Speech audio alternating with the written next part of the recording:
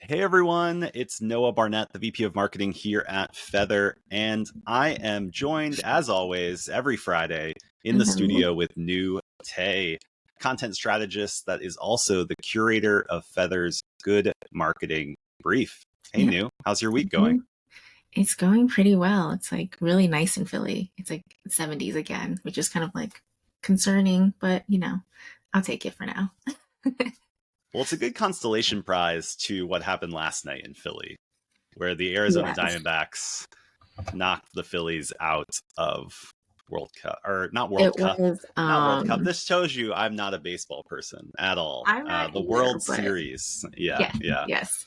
I'm not either. I barely follow it, but we're always watching it because my husband is like a diehard sports fan, and we actually live very close to the stadiums. So it was a little bit noisy last night, but it seems a little more, it seems a little calmer now. Yeah, yeah. The dust is settled, and so the cool weather of fall Yeah, can finally settle in. exactly. Well, I know I live in Arizona, so Phoenix was very excited last night about what happened because it's 22 years, I think, in the Mhm. making since the last time. So it was Wow. yeah, it's an interesting day. I'm not a sports person outside of football or soccer. Yeah. Um, and so, yeah, it's been interesting trying to watch it to like hmm relate to other people, you know? hmm But Well, that's great. Congrats to you guys. Not so much for yeah. us. Well, let's get into this week's brief. New. What was the topic that you dove into hmm this week? Yeah, I mean, we are still kind of focusing on end of year since we're getting really, really close. I think we're about 4 weeks out now from Giving Tuesday. And we're still kind of talking about the whole omni-channel experience, but really focusing on branding and why it's important for nonprofits. So, what was kind of the anchor article or the thought that really drove this? Because I know this is true. The brand experience you have feeds into the success of your strategy. But Mhm. what were some of the insights you discovered or curated that prompted this topic? Yeah, I mean, I think, and maybe nonprofits might be a little bit tired of like hearing this, but kind of pulling some inspiration from the for-profit side. When you think about brand experience and when you go into Netflix, you go into Spotify, you know exactly what to expect. And so for nonprofits, I think there needs to be a little more focus around that so that we can create a more cohesive and consistent brand experience for our supporters because they're beginning to get more of that on the for-profit side, and nonprofits have to remember that they're not just donors. Most of the time they're like everybody else and they are consuming from the other brands, so they're becoming more accustomed to these personalized experience that are basically tailor-made based on their interests, motivations, their passions, their previous like activity, whether it's on like an app like Netflix or Spotify, or if it's like their shopping habits on Amazon. And so they're getting these recommendations. So I think that this is becoming more and more prominent topic for nonprofits. And I really wanted to kind of hone in on that this week. Absolutely. And it makes sense. Like we live in, Jonah Berger, which we're going to talk about in just a little Yes. bit, mentions that we live in like the attention economy. And I think as the attention becomes more and more, or the competition for attention increases, Mm-hmm. the question that we've been asking is how do you differentiate that? And last week Yep. we talked about it. Well, you need to surround your audience with your campaigns and do omni-channel campaigns. This week we're talking about the idea of personalization and really the need to increase relevancy. Yep. And as you design your campaigns, and you can do that through personalization and providing that consistent brand experience. So, what were Exactly. some of the articles that you curated this week that kind of help us navigate how we could design a consistent and better brand experience during Mhm. year end?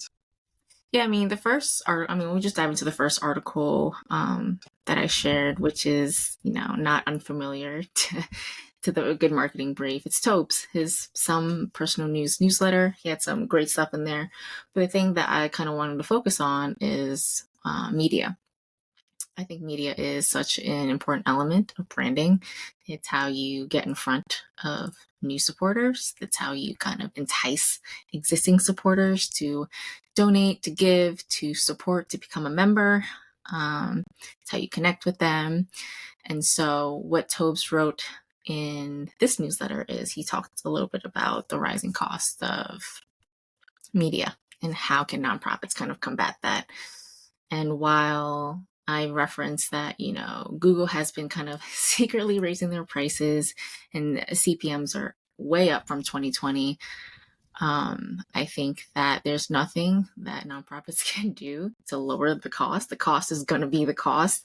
And what you can do is kind of ask yourself, ask your team, kind of strategize and reevaluate some of the things you can do to offset those prices.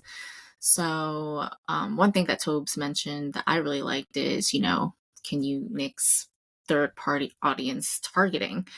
And as, we move to a world where third-party cookies are getting deprecated, I think it's pretty important to think about how we can rely more on zero-party data, first-party data to drive our missions forward and to drive our marketing campaigns and kind of collect the data that you need on your audience based on those methods. And then the other thing he kind of talked about, and he goes through a plethora of things to increase conversion, but also combat this kind of dilemma for nonprofits. But the other thing that I'll mention is, how can you increase lifetime value?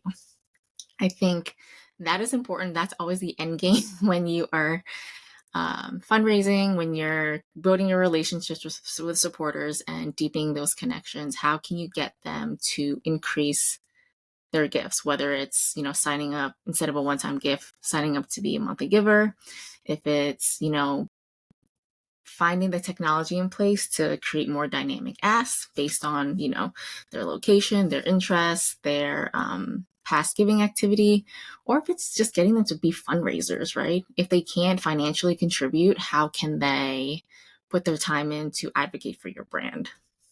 I think it's just like really important things to think about, as especially this time of year with all the noise, with all the different distractions from, the Super Bowl commercial lineup to all the holiday shopping. I know my inbox is already filled every single day.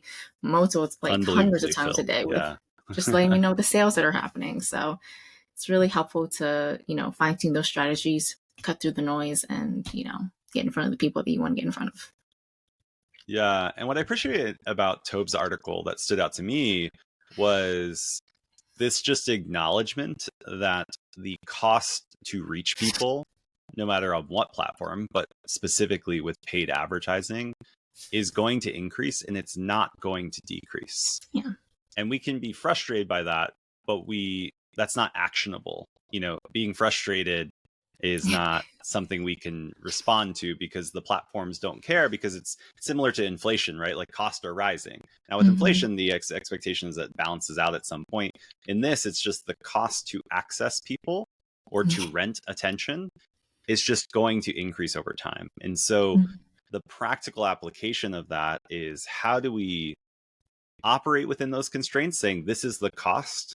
How do we not overspend to what we want to do? And what is the optimization? And it's not just about increasing reach and spending more money to get to our goals, but it was about optimizing the reach you have and making sure the reach you have is actually relevant to your audience.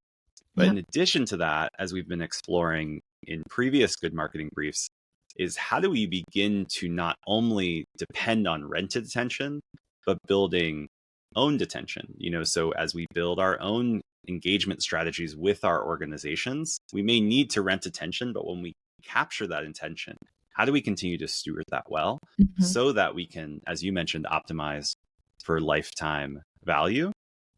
And there was a great quote from his article where he said, you don't control the rules, but you can choose which to pursue, basically. Like you don't get to change the rules, but you get to choose how you play. And I thought that was just a really important reminder and an empowering message that, yes, costs are on the rise. The competition for attention is increasing.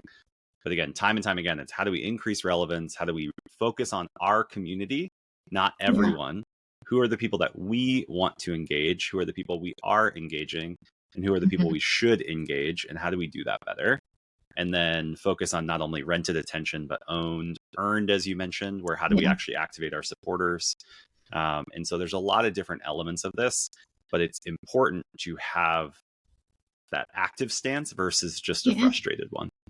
Yeah. No, I love that. I think that quote reminds me of what my husband always tells me. He's like, I have a lot of anxiety, disclaimer, and I get frustrated. And, he always says, you can't control anyone else. The only thing you can control is your situation and how you react to things. And it's kind of that same thing with nonprofits of like, you're not the only one this is impacting. This is impacting every brand across the board. But what steps are you going to take to kind of fight back against this and like save your organization and make sure it's kind of thriving in the end? Absolutely. And that kind of takes us to the next article you shared, which was a recent research study by Jonah Berger, who's a marketing professor at Wharton. I love Jonah Berger. I've been following his work for a really long time. His initial book that I got turned on to was Contagious. And so he has an array of books since then, but also puts out these brilliant studies. What was the key insight of this recent study, and why does it matter as part of this conversation we were having this week on the brief? Yeah, I think it's so relevant because, we talk a lot about cutting through the noise, right? And I think Jonah really, in the study, it really talks about how can you, get the attention and fight back against this attention economy and get the people to notice your content and engage with your content. Because it's not just catching the attention of your donors, your supporters, your members, whoever it is that you're trying to target. The most important thing is once you catch it, what are you going to do to sustain it? And so he really differentiates this idea of like reach and then noticing. So it's like you can reach someone. Like I reached Nhu because you somewhere on a page you saw an ad, or when you were scrolling socially you saw that. But noticed requires the reached to have a response. Right. And what's really interesting about this, and I'm not going to dive into this, but it's the same conversation I have with people about art. Whereas like, what is art? Is it the actual piece, or is it the response that's created when someone experiences the art? And I feel like Jonah is talking about the same idea, is that we as marketers really don't really care about reach. Reach is a pathway. Topes talks about this too, to be noticed, but noticing is what we actually want. Exactly. And how do we actually do that? And so what was, I guess, the mechanism or tools that he suggested we focus in on from the study? Yeah, his study was really focused on linguistic drivers, right? What actually drives someone, compels someone to continue engaging with the content, continue reading, and he kind of boils it down to two main factors. And the first being processing ease. So whatever content you're bringing out, is it complex? Is it hard to understand? The more complex it is, the less likely someone's going to want to engage with it, because they just want something that's easy to digest, easy to skim through. They want to be able to get to the root of your story, your content pretty quickly. So that's the first one. The second one is emotional language. And he further breaks it down to two different buckets. And the first one is uncertainty. As someone's reading it, are they feeling uncertain about how they feel about the content? In that case, that's kind of a good thing, because then they'll continue to read so they can understand more about how they're feeling about it, whether they agree with it, whether they're enticed by it and want to support the cause, or if they just, it doesn't connect with them at all and they can kind of move on. The second is arousal emotions. The higher the arousal emotions, that can be anger, it can be excitement. Those are powerful emotions that someone feels when they're consuming your content, and then that would drive further action with your organization, your brand, or whatever it is. And so the higher the arousal, the more engaged and more compelled they'll be to continue reading. You'll catch their attention a little longer.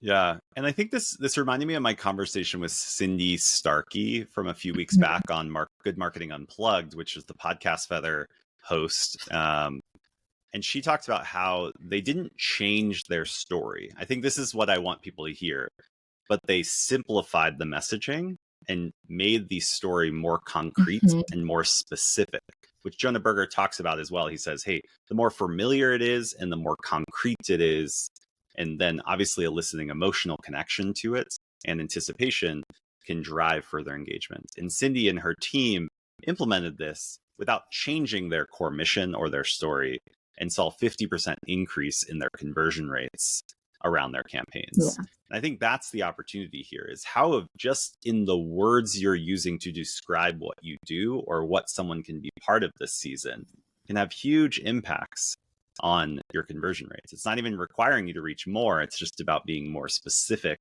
about how you are saying what you want to say. And one of the challenges I've seen in this position is usually you have the curse of knowledge when you're a fundraiser or you're inside an organization. And so you know everything about what you and your organization do. And you then sit down to write an appeal or to write donation page copy or to write a membership invite. And you're infusing all of that knowledge into it. But when, let's say, Nhu was receiving that and Nhu has never heard of this, or she only has 5 or 10% of the knowledge I have, I'm now requiring her to pay somewhat of an education tax for her to want to consume and continue to consume this, which is what Jonah talks about, where it's like, we as humans like don't like friction and hard things. Like our brain is designed to like simplify things and like kind of brush off things that are hard or that we don't need to do. And you don't want to accidentally create that education tax and friction just by the words you choose.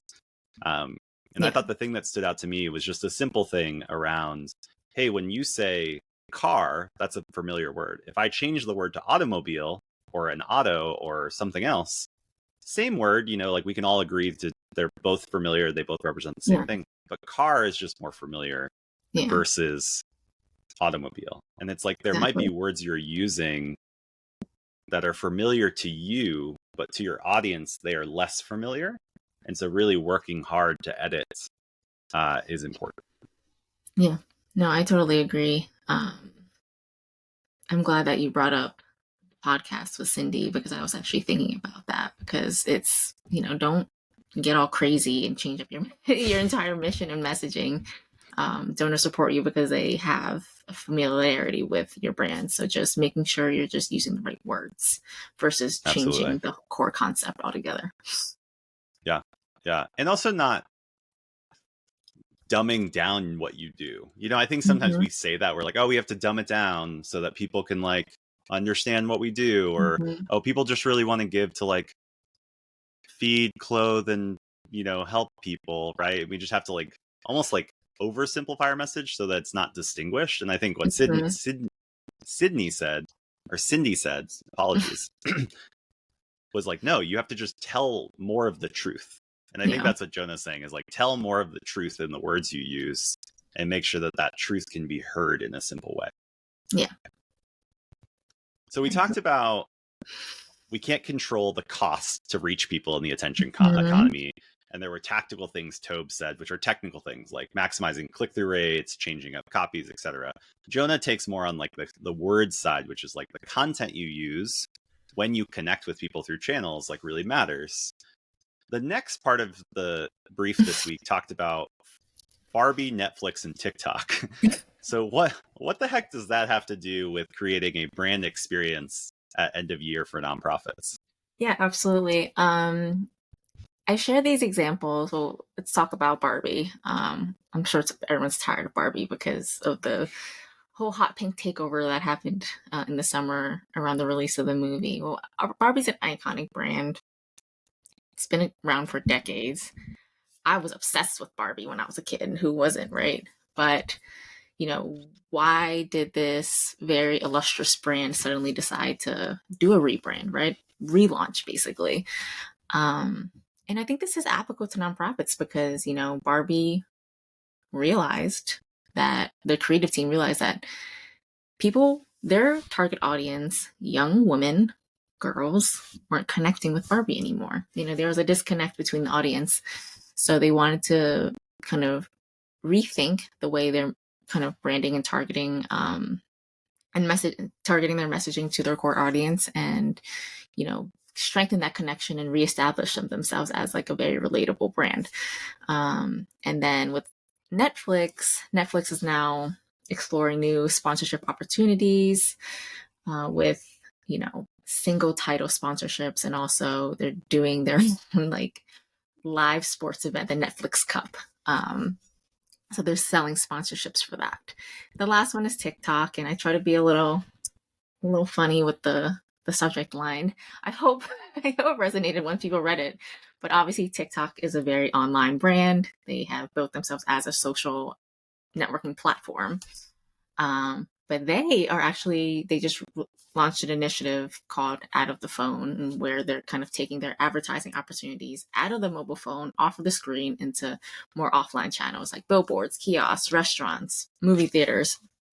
And so what does this have to do with nonprofits, right? I think my purpose of sharing these key marketing examples is, it's doubling down on omni-channel and, getting nonprofits to kind of think outside the box, to think about, as they're trying to diversify their donor base, especially during end of year, you want to get in front of new people, different sets of donors, but thinking outside the box and relying on your, really strong online channels, email, website, social, digital advertising, but pairing it with also offline channels that kind of bolster your strategy.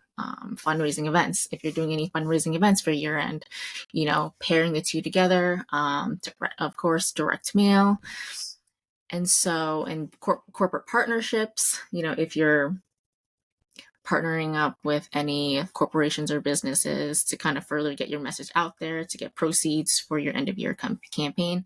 I think all of this just shows that nonprofits can kind of think bigger picture outside of the traditional fundraising model, to get in front of the people that they have never really gotten the attention of, because I think there is an opportunity there, and kind of expand their donor base to reach younger donors. Because, as baby boomers kind of phase out, millennials are getting older, Gen Z is going to kind of be the next generation to be the social impact drivers. Absolutely. And all of those are so important. And I loved how you reminded nonprofits to think about not online or this channel or that channel or offline separately. It's really about this holistic experience. And again, even though Tobe's article was talking about like digital advertising and reach, which we talk a lot about here at Feathr, because we help 1,500 nonprofits run and manage their digital campaigns. But then where Jonah's talking about words, and then these brand experiences are talking about these like intricate billboard experiences or sporting events, or Barbie with like the magnitude of different ways they activated the audience. But it does come back to thinking about like, how do we create this brand experience across all of our channels and through all of our content to build deeper, more purposeful connections with our community, so that we can activate them to action for our mission, for our membership cause, or for our museum, or for our environmental organization. Like, if we don't actually connect purposefully through our channels and our content, we can't activate them to action. That's a core tenet of the good marketing framework that we celebrate and share here at Feathr. And that's what this brief really showcased, is like there's a magnitude of things that feel disconnected: digital marketing, words, and offline experiences. And it's like, well, no, these are just representation of the various tenets that you have access to craft this brand experience for your audience. And hopefully this week's article inspired individuals to think more creatively about how they design these year-end experiences. It's really about building a marketing ecosystem. And I think, you can share the link if you want, Noah. I know Feathr has like a graphic that kind of depicts that visually and very well. And I think that's important, to not think of everything as like a single channel working independently, but how are you working together as a team in your ecosystem, marketing ecosystem. Yeah, absolutely. Well, I know one thing you mentioned is that as we explore new things, we must not neglect the channels that work, and the core channels. You mentioned digital advertising, you mentioned social, website. I think direct mail would fall into that. But most importantly, according to a survey we did, is that email is still the #1 channel. Yeah. And so we are actually hosting a flight school session, or a training educational session, on November 8th to talk about end of year strategies, specifically within email marketing, and how your email can actually support your other channels. So not Mm-hmm. siloed within email, but how does email actually complement the rest of the channel strategy you have at end of year? So if you're interested in optimizing your email strategy for end of year, definitely check out the November 8th training session, and you can grab registration for that in the show notes or the details below. Any final summary takeaways from this brief before we wrap and head off and try to find a costume for Halloween? No, I think that, you know, this newsletter did a very good job of just like getting nonprofits to not showcase a shiny new thing that every nonprofit should try, but just try to think a little bit more creatively on how you can engage your supporters. And I mean, we mentioned it last week, but also lean on your data. Your data tells all. And, you know, especially if this is not your first rodeo with your year-end fundraising, look at your past efforts, see what worked, see what needs a little bit of love and iteration to kind of drive your missions forward. And you know, we'll continue talking about year end. We are in the thick of it now. We're about to enter November, so more to come on that. Yeah, we're in the last like 60-day sprint towards the end of the year, which is a busy season for all organizations, whether you fundraise or you're a membership organization. There's just kind of a lot of dynamics, especially given the state of the world we're in and the state of the economy Yep. to really operate within. And so we'll be there supporting you in the Good Marketing Brief. If you don't already subscribe to the Good Marketing Brief, or you want to make sure that you've read all of the previous issues, you can grab the link in the show notes and comments below. Nhu, as always, it's great to spend time with you every Friday talking about the week in brief, and we'll do it again next week. Yes, I'm excited. Yeah, so thanks for being here. Happy we Halloween, will see everyone. you in the studio. Yeah, happy Halloween. Send do you have in a your costume costumes. picked out already? What is it? Did you have a costume picked out already, or not, do you dress up? I'm not like a dress up kind of person. I'm actually, it's just crazy because my birthday is on the 29th. So it has always fallen happy under birthday the to Nhu as well. Yeah. The Halloween umbrella, but I'm not like a dress up person, but I like the spirit. I like the candy. I like seeing the costumes, and actually got a costume for my son, and he is a walrus. So I'll share a picture with you, Noah, so you can see. There you go. Walrus. Who knows? The walrus might end up in a future brief. Exactly. I'm actually going as this character, Winnie the Pooh. And so I'm dressed up as Winnie the Pooh, and my partner's going to dress up like Tigger. And so we'll see. Maybe we'll have a costume collage in we'll put a in future brief the end to of celebrate. Next week's or something. There we go. For inspo. Our whole company here at Feathr is doing a costume party virtually kind of on Tuesday. Oh, that's so fun. So we'll see what happens there as well.